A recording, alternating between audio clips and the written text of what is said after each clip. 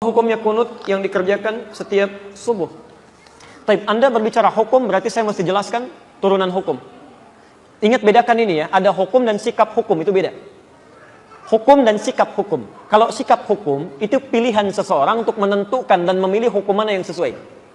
Tapi kalau hukum saja, itu berarti semua turunan hukum yang dipesankan oleh Al-Quran dan Sunnah. Misal, hukum tentang bismillah, itu bisa dibaca 4 cara dalam sholat, seperti saya terangkan tadi malam. Bisa dijaharkan, disirkan, tidak dibaca sama sekali, atau dibaca rakaat pertama, selanjutnya tidak. Tapi sikap kita terhadap itu memilih salah satu. Itu sikapnya. Nah, kadang-kadang mohon maaf, kalau hukumnya sudah ada pilihan, tapi sikap hukumnya berbeda, sepanjang dalam kerangka hukum itu tidak perlu kita kemudian berselisih. Sepanjang dalam kerangka hukum yang sama. Karena kita tidak mungkin memaksakan seseorang selalu sama dengan kita. Kecuali kalau pada hukum yang sifatnya satu dalil, satu contoh, dan tidak ada sikap lain kecuali itu saja. Seperti saya terangkan dalam kesempatan tadi malam. Nah, sekarang tentang kunut. Kisahnya dimulai di saat Nabi SAW dalam fase dakwah, ya, di awal-awal masa Islam di Mekah, tiba-tiba kedatangan tamu dari distrik Bi'r Ma'unah. Bi'r Ma'unah, agak banyak ini. Ya. Menyampaikan bahwa, ya Muhammad, ya Rasulullah, di tempat kami orang-orang yang masuk Islam. Semuanya masuk Islam. Awal masa dakwah, kedatangan informasi satu desa, bedol desa masuk Islam. Kira-kira senang atau tidak? Senangnya luar biasa. Maka mereka minta dikirimkan guru-guru untuk mengajar. Dikirimkanlah oleh Nabi SAW 70 orang penghafal Quran. 70 orang penghafal Quran. Di saat-saat masa awal-awal keislaman, tidak banyak penghafal Quran. Dikirimkan 70 orang ke sana. Singkat cerita, ketika beliau sedang menunaikan sholat, dalam riwayat disebutkan sholat subuh, yang lain mengatakan sholat maghrib, tiba-tiba turun malaikat Jibril menyampaikan bahwa orang-orang tadi yang datang kepada Muhammad, mereka menipu. Karena ternyata orang-orang itu ketika sampai di Bi'r Ma'unah semuanya dizalimi, bahkan dieksekusi dan syahid. Ya, jadi mereka semua dibantai, dibunuh. Ya. Jadi ada yang menipu mengatakan masuk Islam, dikirimkan pengajar tapi kemudian disakiti, dizalimi. Nabi dengan sifat kemanusiaannya marah pada saat itu. Kemudian beliau berdoa kepada Allah Subhanahu wa taala. Ada yang mengatakan doanya sebelum ruku, ada yang mengatakan bangkit dari ruku. Maka beliau mengatakan Allahumma adzib fulan, Allahumma al'anhum. Ya Allah, tolong hukum si fulan, tolong laknat si fulan. Bahkan disebutkan sebagian dari suku-sukunya. Bani keda, bani keda, bani keda. Itu berlangsung selama sebulan. Berlangsung selama sebulan. Hingga turunlah kemudian Quran surah ketiga Ali Imran ayat 128 sampai 129. Posisi paling kanan sebelah bawah di mushaf standar. Quran surah ketiga Ali Imran ayat 128 ke 129. Ayat 128 ini poinnya. Laisa laka minal amri syai'un aw yatuba 'alaihim aw yu'adzibahum fa innahum zalimun. Ketika Nabi berdoa dengan kalimat hukum ya Allah, laknat si fulan ya Allah, tiba-tiba ayat yang turun itu begitu mengejutkan. Muhammad, kamu tidak punya hak untuk menghukum seseorang atau melaknat seseorang karena dia pernah berbuat salah. Hak Allah untuk menentukan siapa yang dilaknat atau untuk menghukum seseorang. Perhatikan, ini kalimatnya indah sekali. Indah sekali. Ini ingin memberikan keterangan kepada Nabi SAW bahwa tugas Nabi itu berdakwah dalam kebaikan. Sekalipun cuma berdoa, maka bila bisa berdoa yang baik-baik, maka hindarkan doa yang tidak baik. Ingin mengajarkan bahwa Muhammad, kamu masih berada di awal dakwah. Jangan cepat merasa panas, kemudian cepat menyinggung, minta dihukum dan sebagainya. Kalau nanti sikapnya seperti itu, nanti lama-kelamaan gak ada bedanya dengan umat terdahulu. Nabi Nuh ketika umatnya mulai menyimpang, minta kepada Allah, ya Allah, setelah berdakwah ya Allah, umat ini gak mau menerima ya Allah, maka turun azab Allah Subhanahu wa ta'ala. Kamu untuk umat terakhir sampai dengan kiamat. Kalau sikap sekarang minta umatnya dihukum, maka bagaimana dengan sikap dan keadaan mereka nanti sampai kiamat? Jangan-jangan gak ada umat nanti sampai kiamat, karena nabinya belum apa-apa sudah minta kemudian untuk menghukum. Maka turun ayat untuk meluruskan kepada Nabi supaya berdoa dalam kebaikan-kebaikan. Taib. Ini bukan Nabi salah, bukan nilai kemanusiaan yang menjadikan bahwa mereka penipu. Sedangkan ini masih ada di awal dakwah. Tapi Allah kemudian menanamkan kesabaran dalam diri Nabi. Yang paling indah, turunlah kemudian ayat ini. Setelah ayat ini turun, terjadi 2 peristiwa. Satu,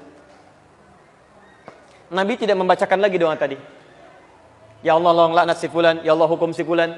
Tapi kemudian merubah doanya menjadi doa yang baik. Dalam bahasa Arab, sesuatu yang baik yang dimohonkan kepada Allah Subhanahu wa ta'ala, singkatnya disebut dengan kunut namanya. Kunut. Permohonan yang baik-baik sebagai ketaatan kepada Allah. Karena Allah perintahkan berdoa dengan yang baik, ya, maka sifatnya disebut dengan kunut. Baik, maka peristiwa yang pertama, fokus, Nabi tidak membacakan doa itu lagi, lalu mengajarkan kepada cucunya Al-Hasan, kepada sebagian sahabatnya, doa yang terbaik sebagai pengganti doa yang ini. Apa doanya? Allahumma hadini fiman hadait, wa'afini fiman afait, wa tawallani fiman tawallait, wa barik li fima atait, wa qini syarra ma qadait. Tidak pakai birahmatika ya. Tidak pakai birahmatika, tapi dalam hadisnya wa qini syarra ma qadait. Itu yang diajarkan oleh Nabi sallallahu alaihi wasallam.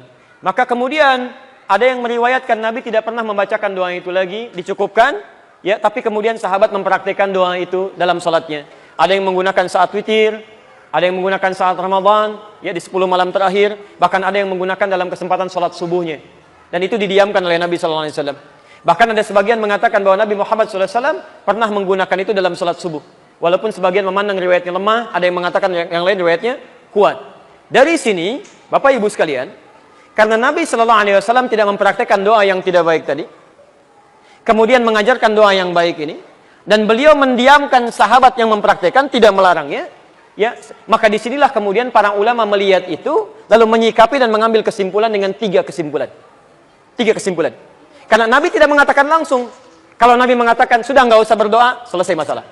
Kalau Nabi mengatakan, berdoa ya, ini bagus, selesai masalah. Tapi Nabi mendiamkan di sini, dan sikap diamnya Nabi, dalam implikasi hukum, itu bisa menerangkan beberapa pilihan-pilihan hukum. Maka, Imam Abu Hanifah mengatakan, karena Nabi sebelumnya tidak baca doa, dan setelah itu pun beliau tidak baca doa lagi, setelah turun ayat tadi, maka beliau menyimpulkan tidak ada doa kunut itu. Makanya saat subuh tidak perlu membaca doa kunut. Selesai. Imam Abu Hanifah. Imam Malik, Imam Syafi'i menyimpulkan, Nabi SAW baca doa. Doa ini diganti oleh Allah untuk yang baik-baik. Dan kemudian diajarkan oleh Nabi pada sahabat, sahabat membacakan, Nabi tidak melarang. Ini artinya itu pun dibenarkan kalau dibacakan. Maka dari itulah Imam Syafi'i, Imam Malik mempraktikkan doa kunut ini. Imam Malik membacakan sebelum ruku. Jadi begitu membaca surah di rakaat yang terakhir dalam sholat subuh, itu Imam Malik mempraktikkan kunut, tapi kunutnya nggak jahar, sir. Makanya setelah baca surat agak lama, itu sedang baca kunut dalam subuh. Imam Syafi'i memilih riwayat yang setelah ruku. Ruku i'tidal, sami Allahu liman hamidah, Rabbana walakal hamd, lalu membacakan ini dalam subuhnya. Plus Imam Syafi'i, Allahumma hdini fiman hadait, dan seterusnya. Imam Ahmad bin Hanbal mengambil jalan tengah. Ini Nabi sebelumnya nggak berdoa. Ada peristiwa besar terjadi yang membutuhkan doa. Kemudian Nabi berdoa dengan itu. Setelah itu Nabi tidak berdoa lagi. Ini artinya doa ini bisa dihadirkan dalam peristiwa-peristiwa yang menuntut doa itu disertakan oleh kita. Karena ketidakmampuan kita berada di sana. Peristiwa dahsyat besar yang meminta kita atau menuntut kita menghadirkan doa, itu dalam bahasa Arab disebut dengan nazilah.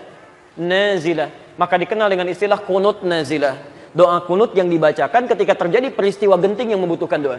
Yang ada di Palestina, yang ada di Aleppo kemarin, yang ada di Syria dan sebagainya. Maka dikenal dengan istilah kunut nazilah.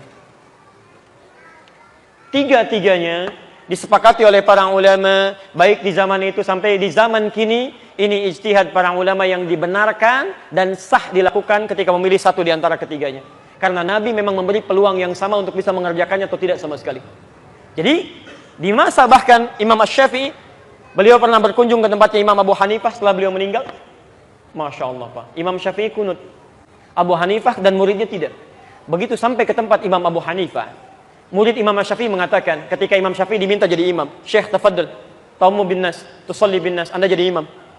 Murid Imam Syafi'i mengira Imam Syafi'i akan kunut. Mereka mengatakan pendapat kita akan unggul di sini. Tapi ternyata ketika sholat subuh, Imam Syafi'i tidak kunut. Tidak kunut. Apa kata muridnya setelah sholat? Syekh, lima lam taknut, kenapa Anda tidak kunut? Kata beliau, saya menghormati pendapatnya Imam Abu Hanifah yang berlaku di tempat ini. Masya Allah. Imam Syafi'i kunut, tapi ketika berkunjung di tempat yang tidak kunut, beliau tidak mempraktikkan kunut. Imam Ahmad bin Hanbal juga, Masya Allah, beliau kunutnya nazilah, tapi ketika beliau berada di tempat Imam Syafi'i, beliau kunutnya kunut seperti biasa, bukan nazilah lagi. Jadi di sini indah sekali, para ulama saleh, hafal Quran, menulis kitab hadis, dekat dengan Allah, saling menghormati satu sama lain. Walaupun beda pendapat, tapi masih bisa minum teh sama-sama, tersenyum sama-sama, dan ada dalam kebaikan. Antum bukan imam besar, jadi makmum juga jarang, hafal Quran juga tidak, hadis belum dituliskan, Masya Allah. Kenapa masalah ini jadi pada ribut? Yang kunut benar, yang tidak kunut benar, yang salah, yang tidak sholat subuh. Selesai. jadi makmum terus kemudian kita memilih tidak kunut, kemudian imamnya kunut kita takut tidak bakal. Baik, ini pertanyaan selanjutnya sama di sini ya dengan kertas. Baik. Nah, sekarang selesai sederhana. Jika imamnya kunut, antum ikut kunut. Mengaminkan, selesai. Ya, persoalan mengangkat tangan atau tidak itu persoalan lain. Tidak harus mengaminkan mengangkat tangan. Saya tadi subuh imamnya kunut. Saya mengaminkan tapi tidak harus mengangkat tangan. Kalau imam dia berdoa boleh mengangkat tangan. Ya, jadi begitu mengatakan Allahumma hadina fiman hadait, saya katakan amin. Karena makmum itu tugasnya mengikuti imam. Dan kalaupun imamnya nggak kunut, antum biasa kunut, antum nggak usah kunut. Apalagi imam salam, antum sujud sahwi itu nggak usah. Awas jangan terlampau soleh di sini. Awas karena tugas makmum itu mengikuti imam. Imam ruku, antum ruku. Imam sujud, antum sujud. Imam kunut, antum kunut. Imam nggak kunut, antum nggak usah kunut. Selesai ya?